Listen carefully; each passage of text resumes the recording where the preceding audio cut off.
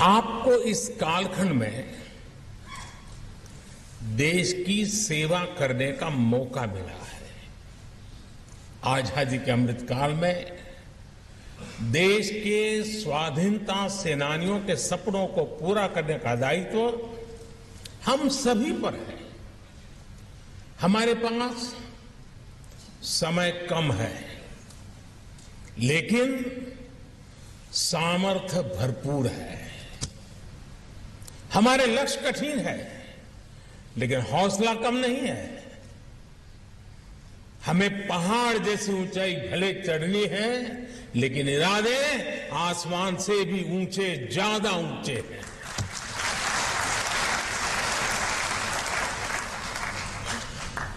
पिछले 9 वर्षों में भारत आज जहां पहुंचा है, उसने हमारे देश को बहुत ऊंची छलांग के लिए तैयार कर दिया है। मैं अक्सर कहता हूं कि देश में ब्यूरोक्रेसी वही है, अधिकारी कर्मचारी वही है, लेकिन परिणाम बदल गए हैं।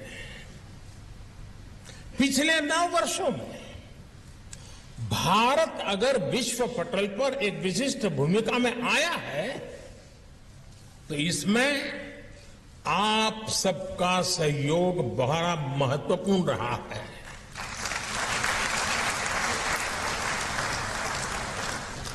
पिछले 9 वर्षों में अगर देश के गरीब से गरीब को भी सुशासन का विश्वास मिला है, तो इसमें भी आपकी मेहनत ने रंग लाया है। पिछले 9 वर्षों में अगर भारत के विकास को नई गति मिली है, तो ये भी आपकी भागीदारी के बिना संभव नहीं था। कोरोना के महासंकट के बावजूद आज भारत दुनिया की 5वीं सबसे बड़ी अर्थव्यवस्था है।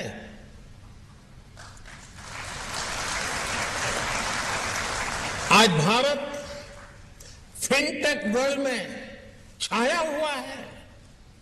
डिजिटल पेमेंट्स के मामले में भारत नंबर 1 है। आज भारत दुनिया के उन देशों में है जहां मोबाइल डेटा सबसे सस्ता है। आज भारत में दुनिया का तीसरा सबसे बड़ा स्टार्टअप इकोसिस्टम है।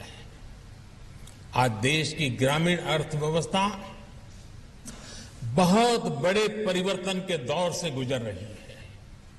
2014 के मुकाबले आज देश में 10 गुना ज्यादा तेजी से रेल लाइनों का इलेक्ट्रिफिकेशन हो रहा है। 10 टाइम 2014 के मुकाबले आज देश में 2 गुनी रफ्तार से नेशनल हाईवेज का निर्माण हो रहा है। 2014 के मुकाबले आज देश के पोर्ट्स में कैपेसिटी ऑगमेंटेशन लगभग 2 गुना हो चुका है। 2014 के मुकाबले आज देश में एयरपोर्ट्स की संख्या भी 2 गुना से ज्यादा हो चुकी है। आज यहां जो पुरस्कार दिए गए हैं, वो देश की सफलता में आपकी इसी भागीदारी को प्रमाणित करते हैं, आपके सेवा भाव को परिलक्षित करते हैं। मैं सभी पुरस्कृत साथियों को फिर एक बार बहुत बहुत बधाई देता हूं।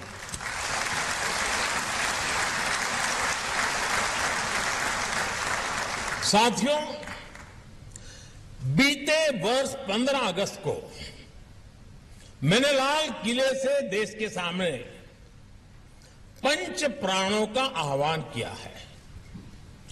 विकसित भारत के निर्माण का विराट लक्ष्य हो, गुलामी की हर सोच से मुक्ति हो, भारत की विरासत पर गर्व की भावना हो, देश की एकता एकजुटता को निरंतर सशक्त करना हो और अपने कर्तव्यों को सर्वोपरि रखना हो।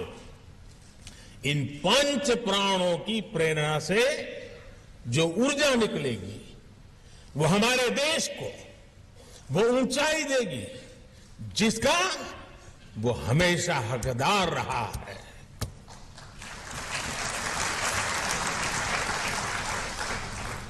मुझे देखकर भी अच्छा लगा कि आप सभी ने इस वर्ष सिविल सेवा दिवस की थीम का भी विकसित भारत रखी है। विकसित भारत के निर्माण के पीछे क्या सोच है, ये उस पुस्तक में भी झलकता है जिसका अभी विमोचन हुआ है।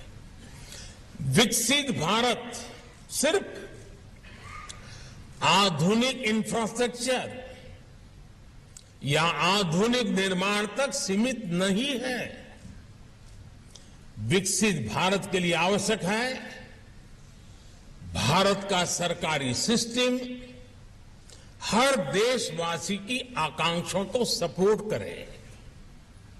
विकसित भारत के लिए आवश्यक है भारत का हर सरकारी कर्मचारी देशवासियों के सपनों को सच करने में उनकी मदद करे। विकसित भारत के लिए आवश्यक है भारत में सिस्टम के साथ जो नेगेटिविटी बीते दशकों में जुड़ी थी वो पॉजिटिविटी में बदले। हमारा सिस्टम देशवासियों के सहायक के रूप में अपनी भूमिका को आगे बढ़ाए। साथियों, आजादी के बाद के दशकों का हमारा अनुभव रहा है योजनाएं कितनी भी बेहतर हो, कागज पर कितना ही शानदार रोड मैप क्यों ना हो, लेकिन अगर लास्ट माइल डिलीवरी ठीक नहीं होगी तो अपेक्षित परिणाम नहीं मिलेंगे। आप भली भांति जानते हैं कि पहले के सिस्टम की ही देन थी कि देश में 4 करोड़ से ज्यादा फर्जी गैस कनेक्शन थे। ये पहले की सिस्टम की ही देन थी कि देश में 4 करोड़ से ज्यादा फर्जी राशन कार्ड थे। ये पहले की सिस्टम की ही देन थी कि देश में 1 करोड़ काल्पनिक महिलाओं और बच्चों को महिला और बाल विकास मंत्रालय की सहायता जा रही थी। ये पहले की सिस्टम ही थी और उसी की देन थी कि अल्पसंख्यक मंत्रालय करीब 30 लाख फर्जी युवाओं को स्कॉलरशिप का लाभ देता रहता था। और ये भी पहले की ही सिस्टम की देन है कि मनरेगा के तहत देश में लाखों ऐसे फर्जी अकाउंटेंट बने, लाखों ऐसे श्रमिकों के पैसे ट्रांसफर किए गए जिनका अस्तित्व ही नहीं था। अब सोचिए, जिनका कभी जन्म ही नहीं हुआ वो सिर्फ कागजों में ही पैदा हुए, ऐसे लाखों करोड़ों फर्जी नामों की आड़ में एक बहुत बड़ा इकोसिस्टम भ्रष्टाचार में जुटा था। आज देश के प्रयासों से, आप सभी के प्रयासों से ये सिस्टम बदला है। देश के करीब करीब 3 लाख करोड़ रुपए गलत हाथों में जाने से बचे हैं। आप सब इसके लिए अभिनंदन के अधिकारी हैं।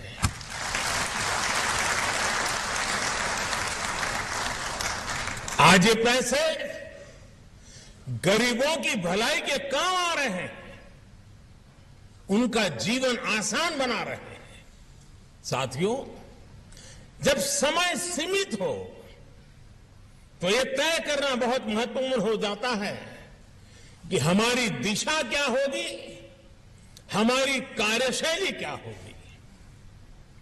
आज चुनौती ये नहीं है कि आप कितने एफिशिएंट है, बल्कि चुनौती ये तय करने में है कि जहां जो डेफिशिएंसी है वो कैसे दूर होगी।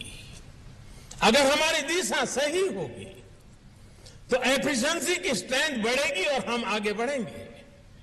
लेकिन अगर डेफिशिएंसी होगी तो हमें वो परिणाम नहीं मिलेंगे जिसके लिए हम प्रयास कर रहे थे।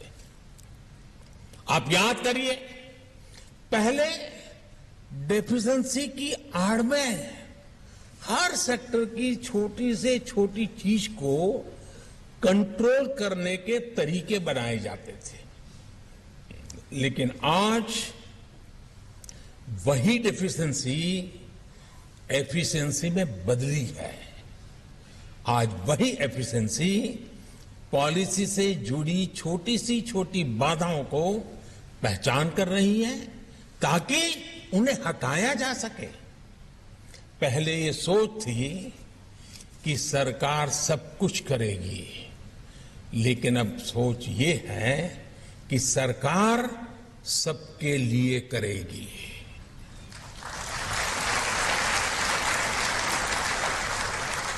अब सरकार सबके लिए काम करने की भावना के साथ टाइम और रिसोर्सेज का एफिशिएंटली उपयोग कर रही है।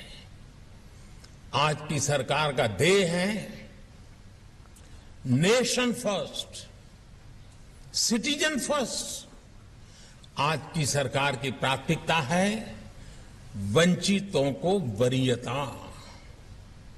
आज की सरकार एस्पिरेशनल डिस्ट्रिक्ट तक जा रही है, एस्पिरेशनल ब्लॉक्स तक जा रही है। आज की सरकार देश के सीमावर्ती गांवों को आखिरी गांव न मानकर उन्हें फर्स्ट विलेज मानते हुए काम कर रही है। वाइब्रेंट विलेज योजना चला रही है। ये बीते वर्षों में हमारी सरकार की बहुत बड़ी पहचान रही है, लेकिन हमें एक और बात हमेशा ध्यान रखनी है। 100% सैचुरेशन के लिए हमें इससे भी अधिक मेहनत की, इनोवेटिव समाधानों की पल पल जरूरत पड़ेगी।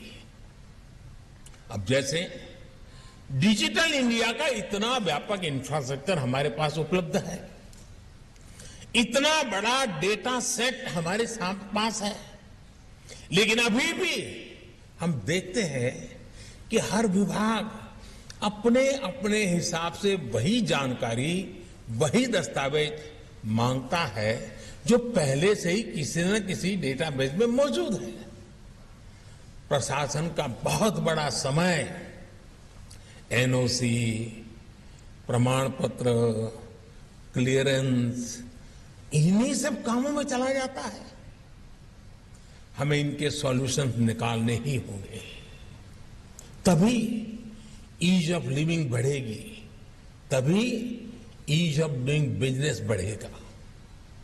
मैं आपको PM Gati Shakti national master plan का भी उदाहरण देना चाहता हूं। इसके तहत हर प्रकार के इंफ्रास्ट्रक्चर से जुड़े डेटा लेयर्स एक ही प्लेटफॉर्म पर उपलब्ध है। इसका हमें अधिक से अधिक उपयोग करना है। हमें सोशल सेक्टर में बेहतर प्लानिंग और एग्जीक्यूशन के लिए पीएम गतिशक्ति का ज्यादा से ज्यादा इस्तेमाल करना चाहिए। इससे हमें लोगों की जरूरतों को आइडेंटिफाई करने में और एजुकेशन में आने वाली मुश्किलों को दूर करने में मदद मिलेगी ही मिलेगी। इससे डिपार्टमेंट्स के बीच, डिस्ट्रिक्ट और ब्लॉक के बीच संवाद और सरल होगा। इससे हमारे लिए आगे की स्ट्रेटजी बनाना भी ज्यादा आसान होगा। साथियों, आजादी का ये अमृत काल, ये टाइम पीरियड भारत के सभी सरकारी कर्मचारियों के लिए जितने बड़े अवसर लेकर आया है, उतना ही चुनौतीपूर्ण भी है। इतनी सारी उपलब्धियों के बावजूद, तेज गति से हासिल हुई सफलताओं के बावजूद मैं इसे चुनौती क्यों कह रहा हूं, और मैं मानता हूं कि इस बात को आपको भी समझना होगा। आज भारत के लोगों के एस्पिरेशंस, उनकी आकांक्षाएं बहुत तेजी से बढ़ रही है। विकसित भारत के लिए, व्यवस्थाओं में बदलाव के लिए अब देशवासी और ज्यादा इंतजार नहीं करना चाहते। देश के लोगों की इस एस्पिरेशन को पूरा करने के लिए हम सबको, आपको पूरे सामर्थ्य से जुटना ही होगा। तेजी से निर्णय लेने होंगे, उन निर्णयों को उतनी ही तेजी से लागू करना होगा।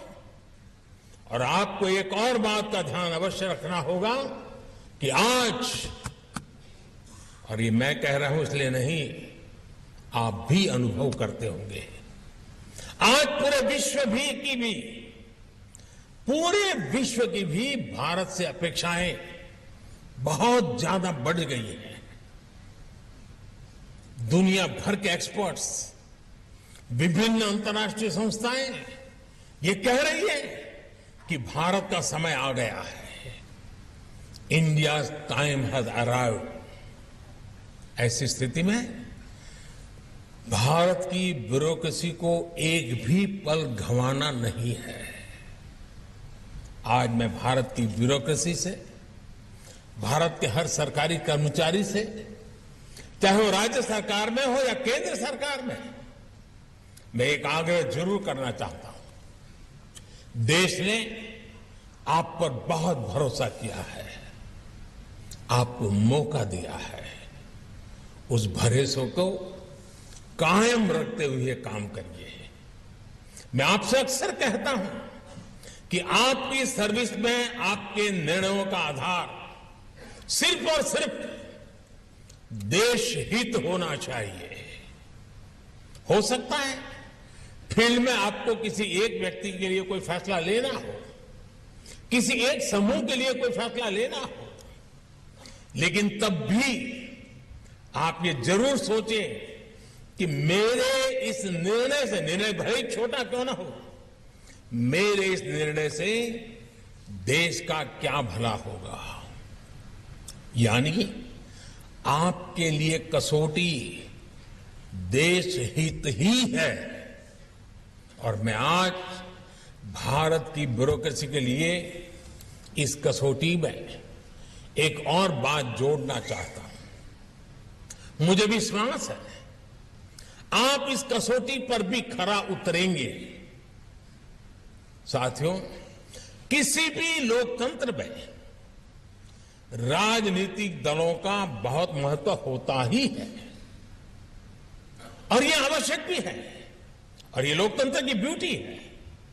हर दल की अपनी विचारधारा होती है। संविधान ने हर दल को यह अधिकार दिया है, लेकिन एक ब्यूरोक्रेट के तौर पर, एक सरकारी कर्मचारी के तौर पर अब आपको अपने हर निर्णय में कुछ सवालों का अवश्य ध्यान रखना ही पड़ेगा। जो राजनीतिक दल सत्ता में आया है, वो टैक्स पेयर्स मनी का इस्तेमाल अपने दल के हित के लिए कर रहा है या देश के हित के लिए कर रहा है, उसका उपयोग कहां हो रहा है, ये आप लोगों को देखना ही होगा। दोस्तों,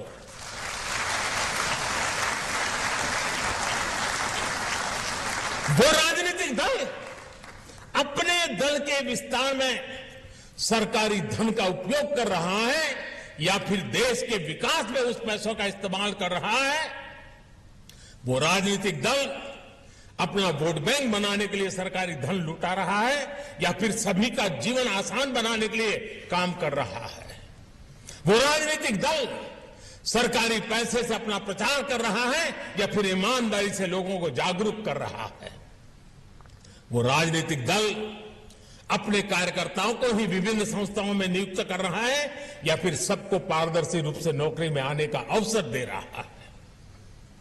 वो राजनीतिक दल नीतियों में इसलिए तो फेरबदल नहीं कर रहा ताकि उसकी आकाओं की काली कमाई के नए रास्ते बने। आप अपने हर फैसले से पहले इन सवालों के बारे में जरूर सोचें। सरदार पटेल जिस ब्यूरोक्रेसी को स्टील फ्रेम ऑफ इंडिया कहा करते थे, उसी ब्यूरोक्रेसी को उनकी अपेक्षाओं पर भी खरा उतरना है। क्योंकि अब अगर ब्यूरोक्रेसी से चूक हुई तो देश का धन लुट जाएगा, टैक्स पेयर्स मनी तबाह हो जाएगा, देश के युवाओं के सपने चकनाचूर हो जाएंगे। साथियों, जो युवा बीते कुछ वर्षों में या पिछले दशक में देश की सिविल सेवा से जुड़े हैं, उन्हें मैं कुछ बातें विशेष तौर पर कहना चाहता हूं। आप भी जानते हैं कि जीवन जीने के दो तरीके होते हैं। पहला, गेटिंग थिंग्स डन, और दूसरा, लेटिंग थिंग्स हैपन। पहला एक्टिव एटीट्यूड है और दूसरा पैसिव एटीट्यूड का प्रतिबिंब है। पहले तरीके से जीने वाले व्यक्ति की सोच होती है कि हां, बदलाव आ सकता है। दूसरे तरीके में विश्वास करने वाला व्यक्ति कहता है, ठीक है, रहने दो, सब ऐसे ही चलता है, पहले से भी चलता है, आगे भी चलता रहेगा, वो तो अपने आप हो जाएगा, ठीक हो जाएगा। गेटिंग थिंग्स डन, ये यकीन रखने वाले आगे बढ़कर जिम्मेदारी लेते हैं। जब उन्हें टीम में काम करने का अवसर मिलता है तो वो हर काम का ड्राइविंग फोर्स बन जाते हैं। लोगों के जीवन में बदलाव लाने की ऐसी ज्वलंत इच्छा से ही आप एक ऐसी विरासत छोड़ जाएंगे जिसे लोग याद करेंगे। आपको ये भी याद रखना होगा कि एक अफसर के रूप में आपकी सफलता इस बात से नहीं आंकी जाएगी कि आपने अपने लिए क्या हासिल किया। आपकी सफलता का आकलन इस बात से होगा कि आपके काम से, आपके कैरियर से दूसरों का जीवन कितना बदला है। जिनका जीवन बदलने की जिम्मेदारी आपके पास थी, वे लोग आपके बारे में क्या सोचते हैं। इसलिए आपको ये हमेशा याद रखना है, good governance is the key. जब पीपल सेंट्रिक गवर्नेंस होती है, जब डेवलपमेंट ओरिएंटेड गवर्नेंस होती है, तो वो समस्याओं का समाधान भी करती है और बेहतर रिजल्ट भी देती है। गुड गवर्नेंस में जनता के प्रति जवाबदेही होती है।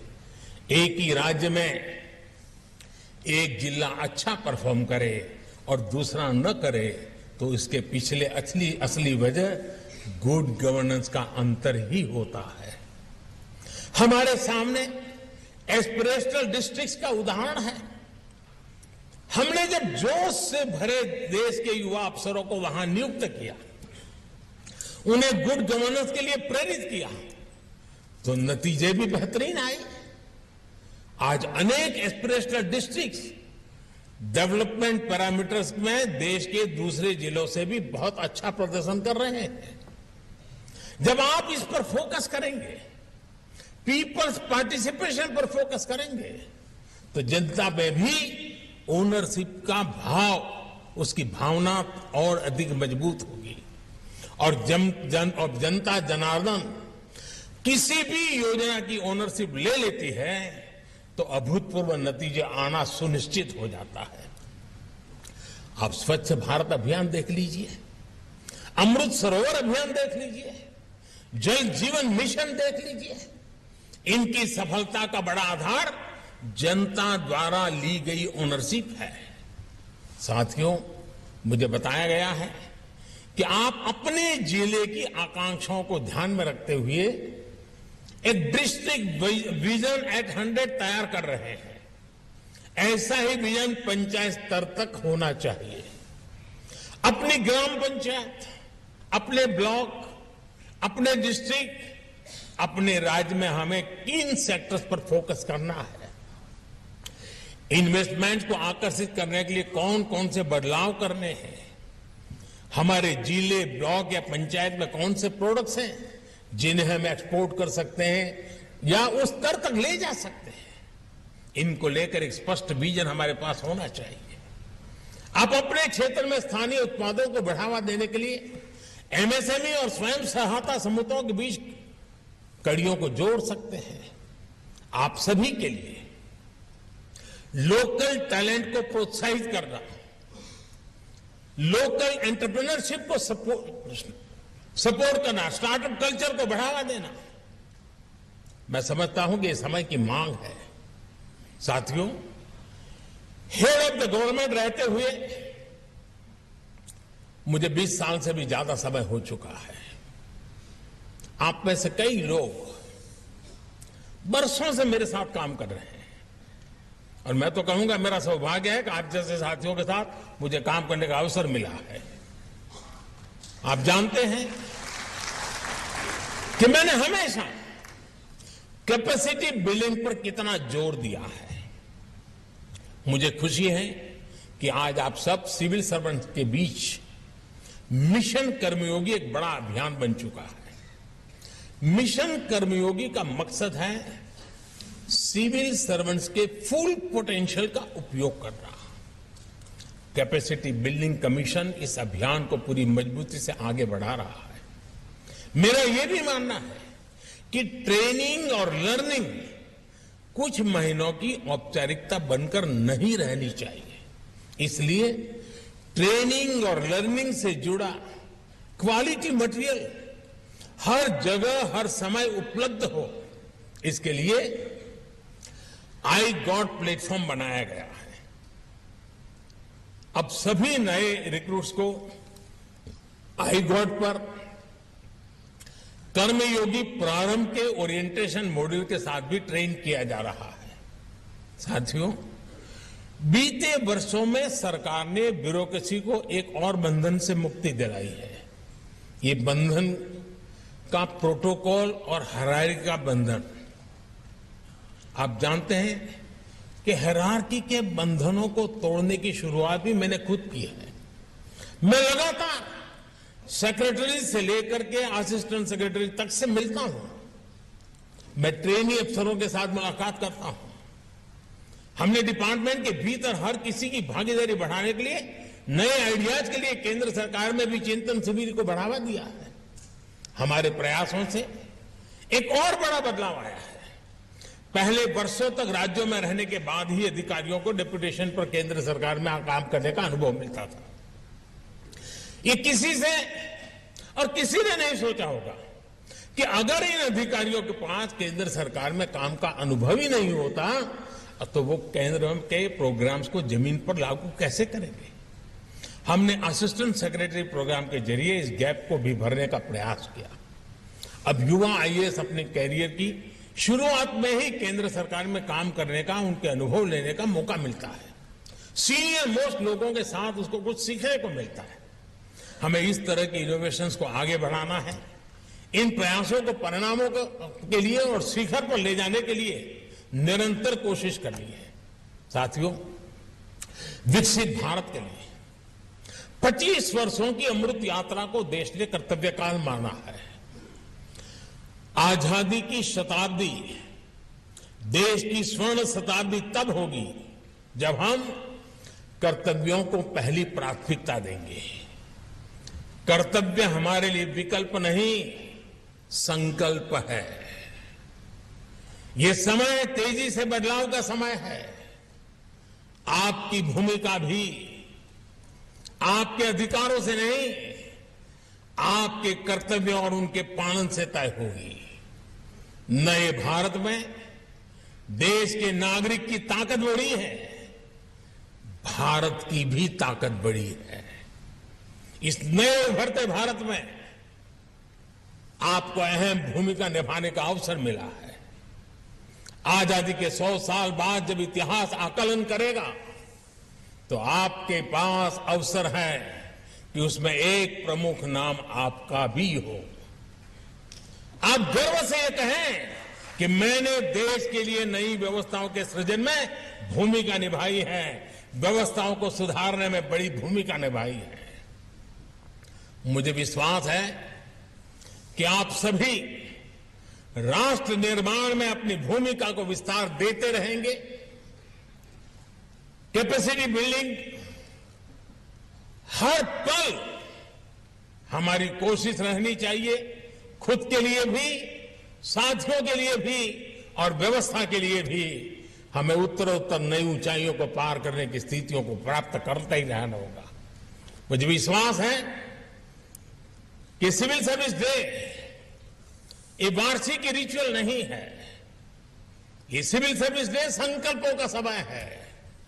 ये सिविल सर्विस डे नए निर्णयों का समय है, निर्णयों को निर्धारित समय में कार्यान्वित करने का उत्साह और ऊर्जा से भरने का अवसर है। इस अवसर से एक नई ऊर्जा, नई प्रेरणा, नई शक्ति, नया सामर्थ्य, नया संकल्प यह लेकर के हम चलेंगे तो जिन सिद्धियों को प्राप्त करना चाहते हैं उन सिद्धियों को हम खुद छू करके देखेंगे। इसी विश्वास के साथ मेरी आपको बहुत बहुत शुभकामनाएं। धन्यवाद।